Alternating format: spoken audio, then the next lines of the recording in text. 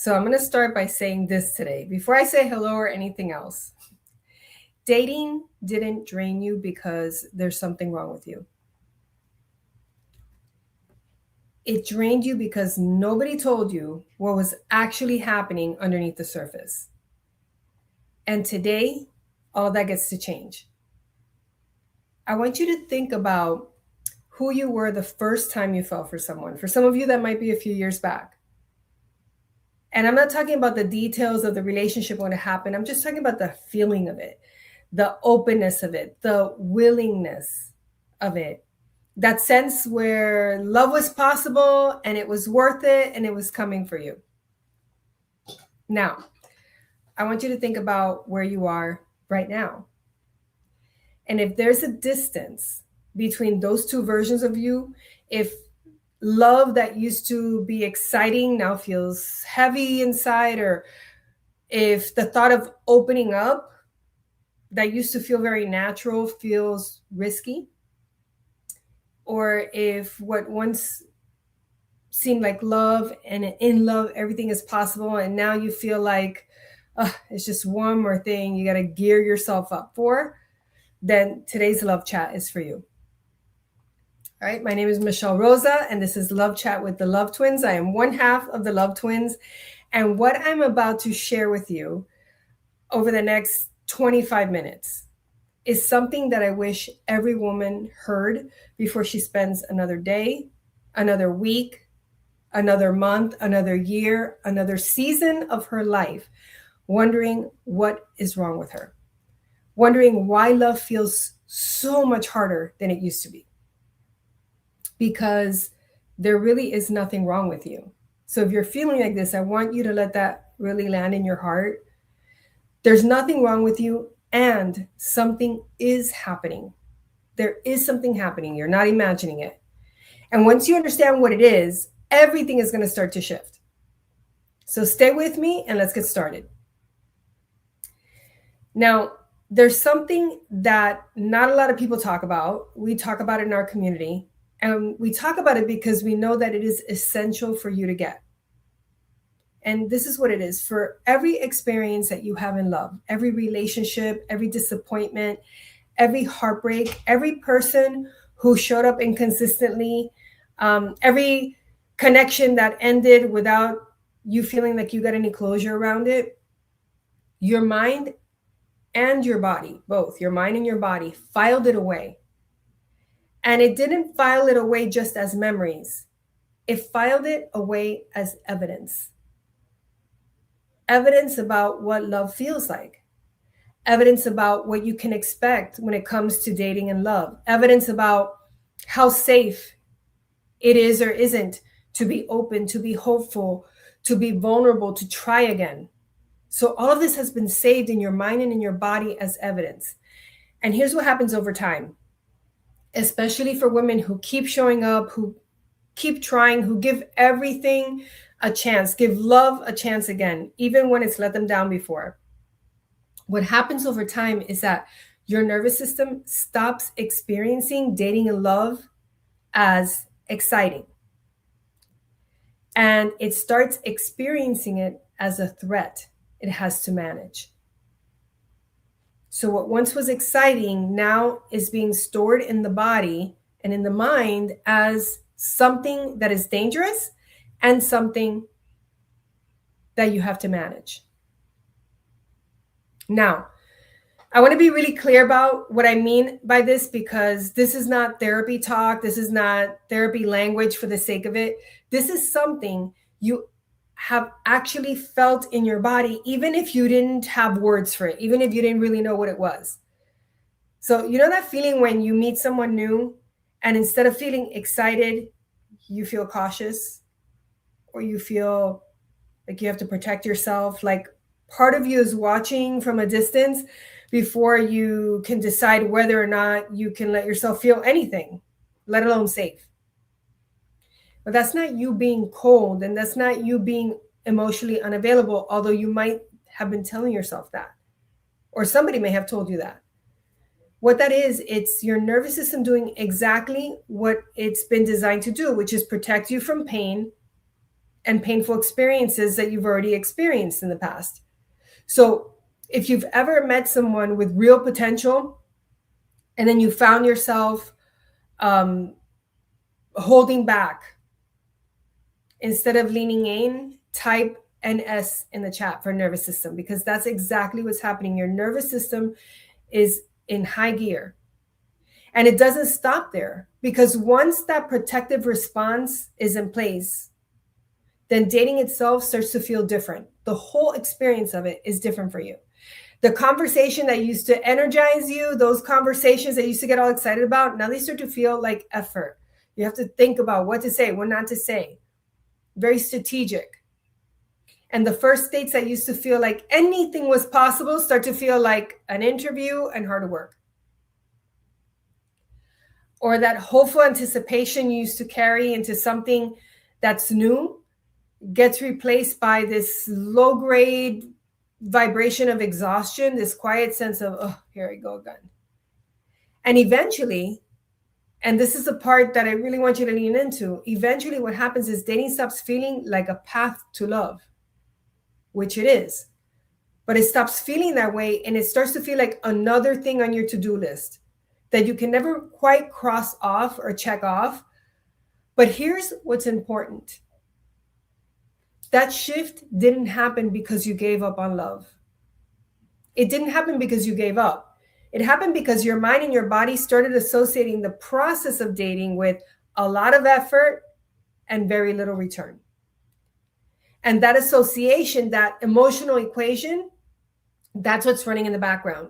Every single time you open a dating app, every time you agree to go on a first date, every time someone new enters your life and you're feeling that kind of exhausted feeling, that's what's happening, whether you're conscious of it or not. So this next piece is really important, because this is the piece that keeps so many women stuck in single and frustrated.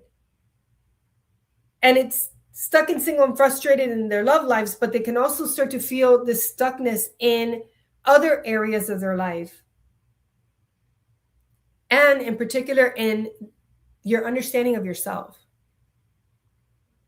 See, when you've been protecting yourself in love for a long period of time, what starts to happen is that protection stops feeling like protection, and it starts to feel like that's just who you are.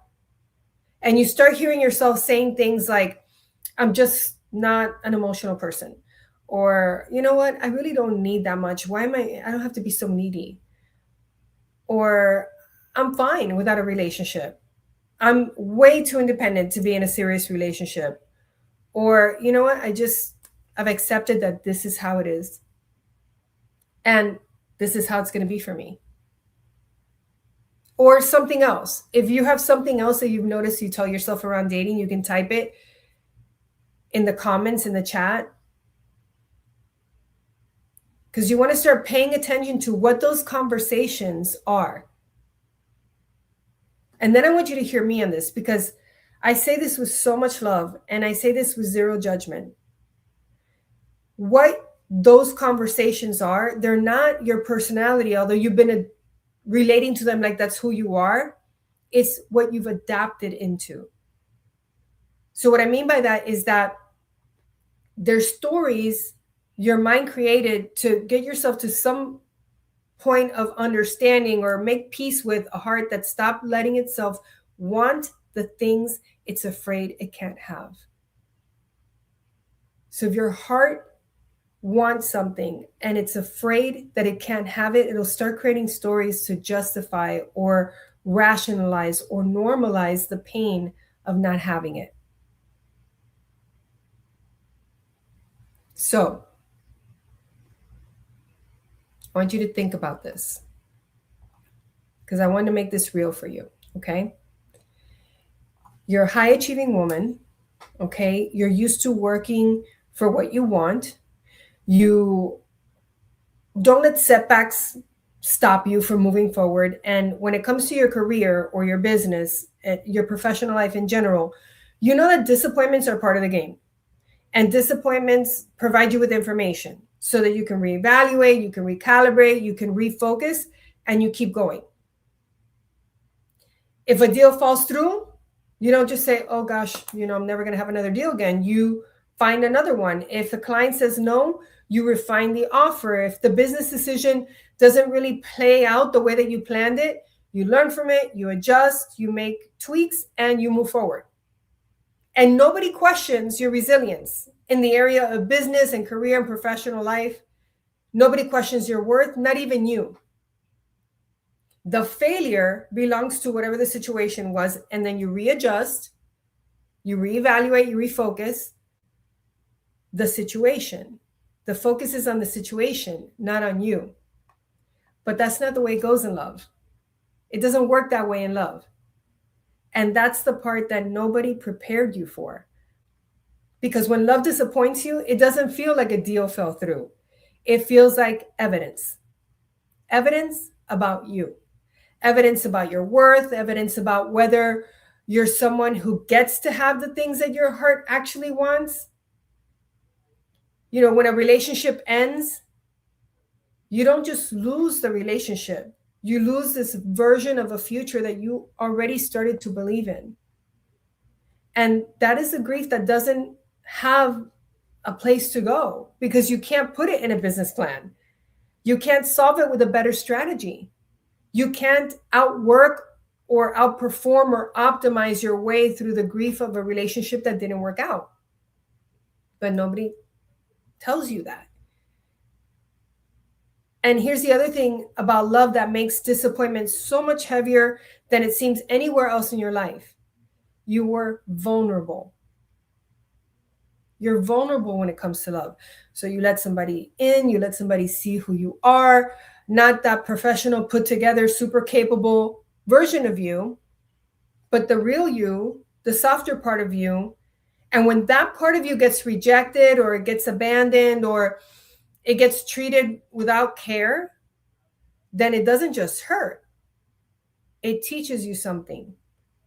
And what it teaches you subconsciously is that your heart is seeing this as dangerous. And that being open has a high price to it.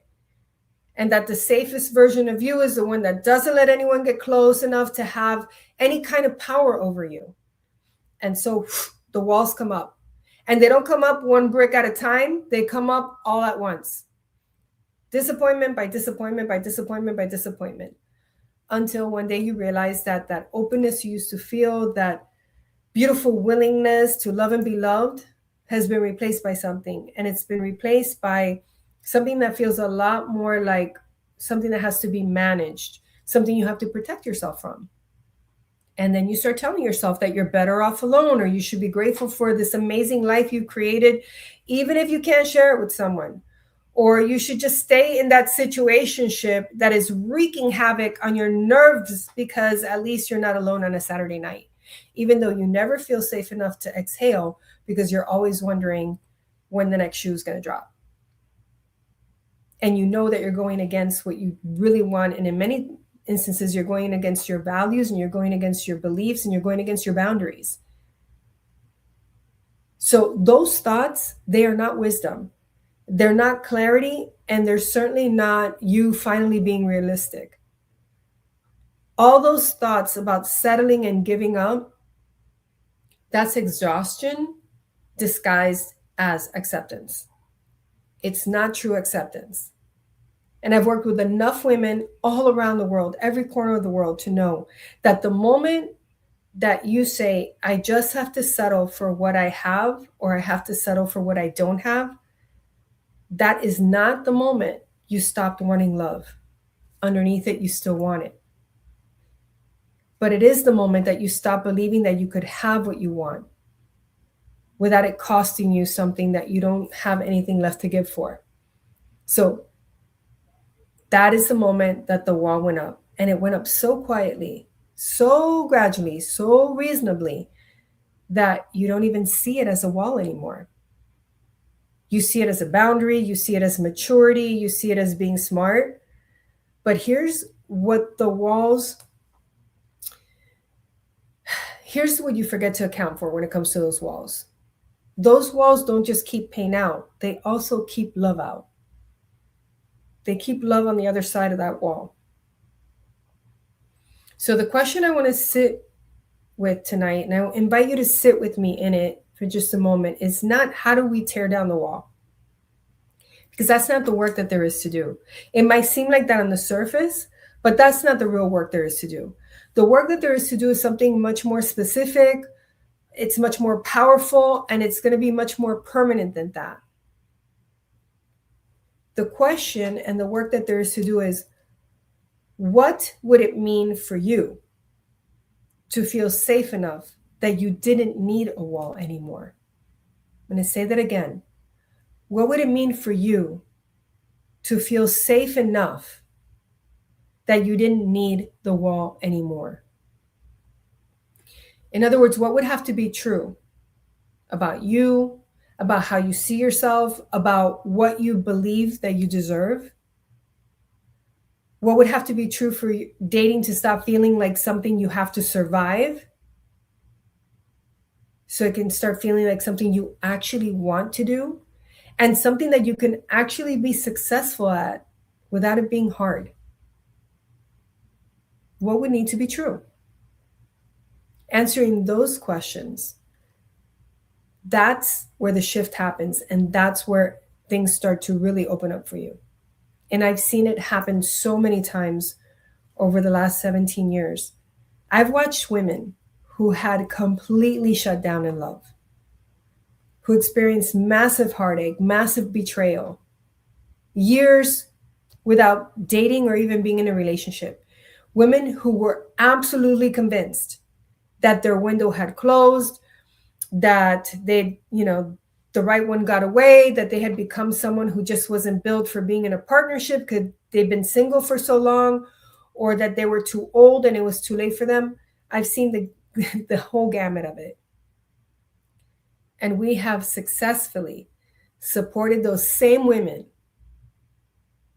to completely and fundamentally transform how they experience themselves and how they experience love and how they experience themselves in love.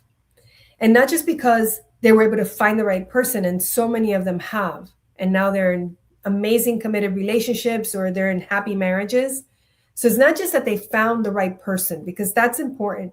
But even more important than that is because they did the work to actually solve what the real issue was, what was really running in the background that had them believing what they believed, had them showing up like they should have, had them relating to themselves like too old, too much, not enough, time gone by, my time has passed.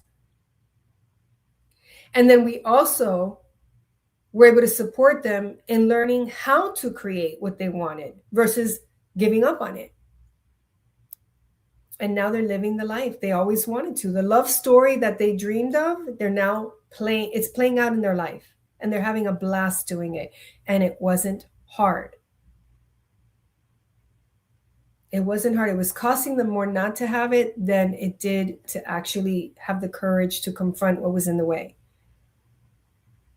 So I want to paint a picture for you, because I don't want this to be something abstract out there like, yeah, that's great for her, but what about me? I want you to be able to close your eyes and actually feel what I'm describing. So imagine dating feeling safe and grounded. Just imagine that for a moment, that it doesn't feel desperate and it doesn't feel guarded and it doesn't feel exhausting or hard. That dating actually feels safe and grounded. Imagine that you could show up in a new connection with someone, and what's right there is genuine curiosity instead of quiet assessment and fear.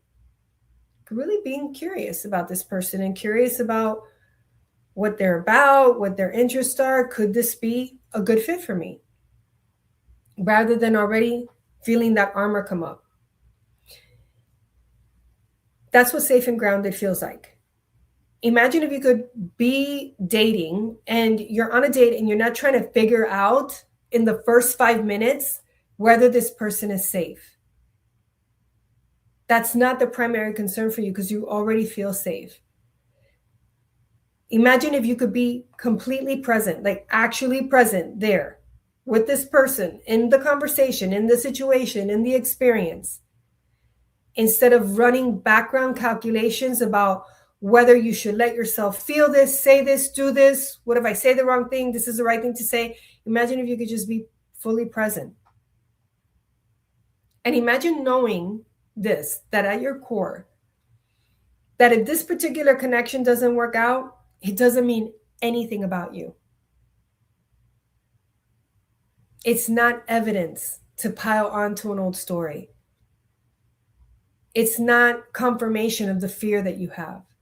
Imagine that this particular connection with this person doesn't work out, and what you see it as is information that you can use moving forward without carrying it around with you like something you've got to have in front of you to protect yourself.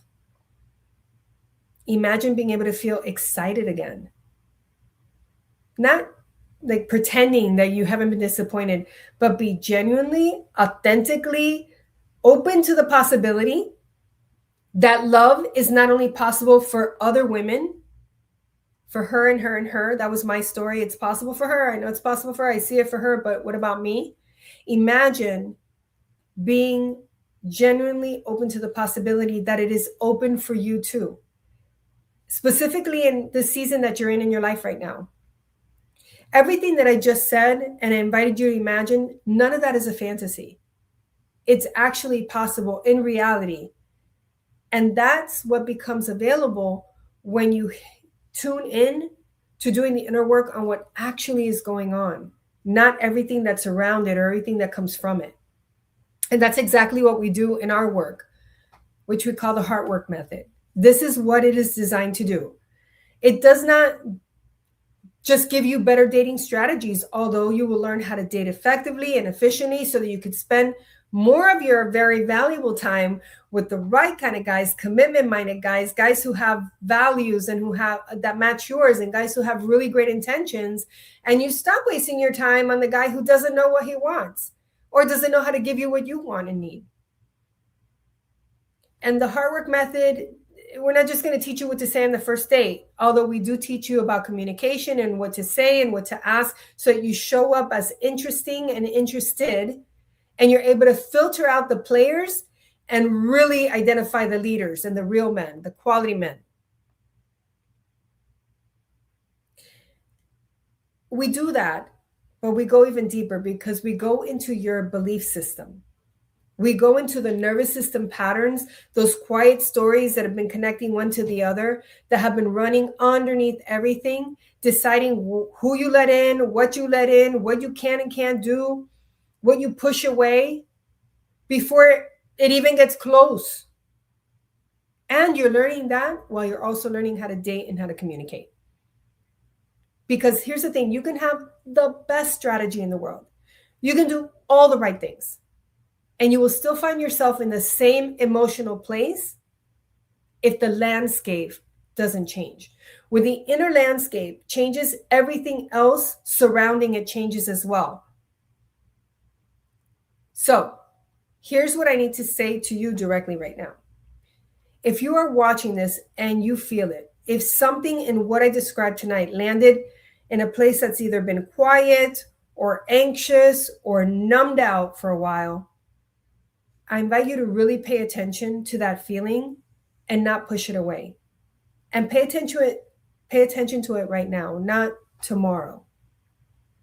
Right now. Because that feeling, that's recognition. Something got poked at that wants to be recognized. And that's your heart telling you that it's ready. Even if your mind is still negotiating around, am I ready? Your heart is telling you, I'm ready. Even if part of you is saying, but I've tried before and it didn't work out, or I don't know if I have the energy left to do this, or maybe it just is too late for me. Even if your mind is saying that, if something connected to your heart, pay attention to it. Because it's telling you that your heart's ready. And what our love breakthrough calls exist for is to open that up. So a love breakthrough call, it's a real focused one-on-one conversation. It's not a free or generic coaching session.